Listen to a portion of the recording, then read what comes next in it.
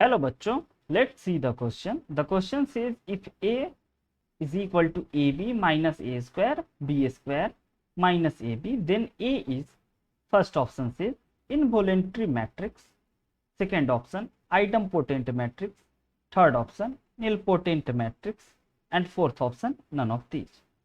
तो सबसे पहले बच्चों इस क्वेश्चन को बनाने के लिए हम लोग जिस कॉन्सेप्ट का यूज करने वाले हैं, द की कॉन्सेप्ट फॉर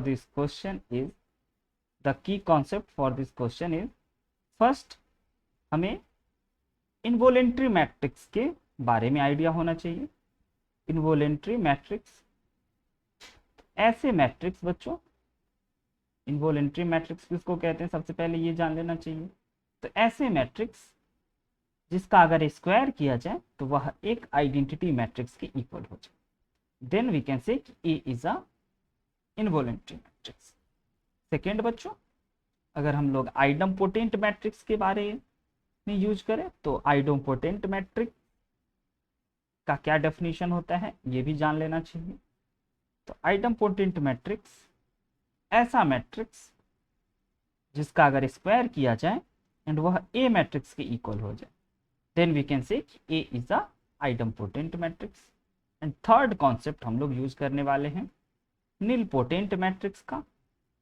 तो निलपोटेंट मैट्रिक्स ऐसे मैट्रिक्स को कहते हैं, अगर एज्यूम कर लें कि कोई ए मैट्रिक्स जो कि हमारा स्क्वायर मैट्रिक्स है एंड जिसकी ऑर्डर की बात की जाए तो n क्रॉस n अगर इसका ऑर्डर है, तो इस मैट्रिक्स को बच्चों निलपोटेंट मैट्रिक्स तभी कहेंगे जब इस मैट्रिक्स का पावर k किया जाए एंड ये अगर 0 की इक्वल हो जाए।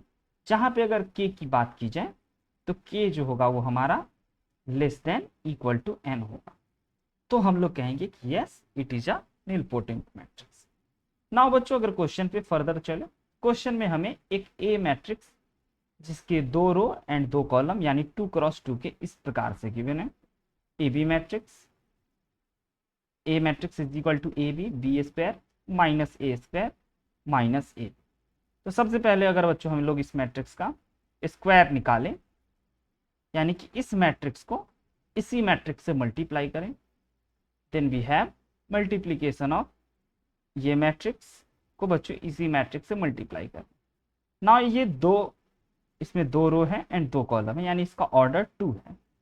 तो अगर बच्चों हम लोग इस दोनों मैट्रिक्स को मल्टीप्लाई करेंगे तो हमारे रिजल्टेंट मैट्रिक्स का भी 2 रो 2 कॉलम है, ये 2 रो 2 कॉलम है, तो हमारे रिजल्टेंट मैट्रिक्स का भी ऑर्डर जो होगा उसमें 2 रो एंड 2 कॉलम। आइए अब इसका जरा मल्टीप्लीकेशन किया जाए। तो मल्टीप्लाई करने के लिए बच्चों अगर हम लोग इस मैट्रिक्स के first row and first column को लें, then we can write a square B square minus A square B square. And now बच्चों अब अगर हम लोग इस मैट्रिक्स के फर्स्ट रो एंड इसके सेकेंड कॉलम को लें, then we have a b cube minus a b cube. Now बच्चों अब अगर हम लोग इस मैट्रिक्स के second row and first column को देखें, then we have minus A cube B plus A cube B. And now बच्चों second row and second column को देखें, then we have minus A square B square and plus A square B square. Now अब अगर देखा जाए तो यहां से बच्चों हमारे पास इस ए स्क्वायर बी स्क्वायर से a square B square cancel, ये ए बी क्यूब से a b cube cancel and इससे ये कैंसिल एंड इससे ये कैंसिल। तो ओवरऑल यहां से हमारे पास आ जाता है कि हमारे ए स्क्वायर जो मैट्रिक्स है उसमें 0 0 0 एंड 0 आ गया। तो यहाँ से बच्चों हमारे पास ए स्क्वायर जो है वह 0 मैट्रिक्स के इक्वल आ गया। एंड यहाँ पे हम लोग ये कह सकते हैं कि ये जो है वह ए टू द पावर के इज इक्वल टू 0 आ गया, जहाँ पे हमारा के जो है वह 2 के इक्वल है, जो कि बच्चों के जो होता है अगर n के इक्वल या n से बराबर है तो हम लोग कहेंगे कि here A is a nilpotent matrix. A जो है हमारा वह निलपोटेंट मैट्रिक्स है। एंड बच्चों अगर यह एक निलपोटेंट मैट्रिक्स है तो वी कैन से कि option C is the correct answer.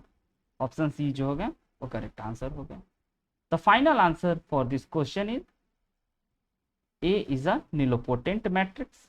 Option C is the correct answer. Option C, nilpotent matrix, is the correct answer. I hope you understood it very well. Best of luck. Thank you.